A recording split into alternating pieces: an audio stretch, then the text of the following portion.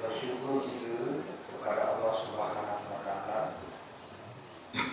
Mohon izin Allah kita berkumpul di rumah Allah,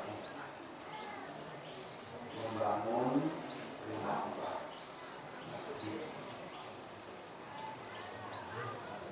Sebagaimana kita maklumi bahwa memang kita ini mau di dunia ini tujuannya hanya menyiapkan bekal yang hakiki, yang pada saat itu kita terlepas kita tanah bekal kecuali bekal kita siapkan selama kita mobil. Barang siapa yang membangun masjid atau rumah Allah sebesar sangkar gunung, ini pendapat ulama itu di dunia ini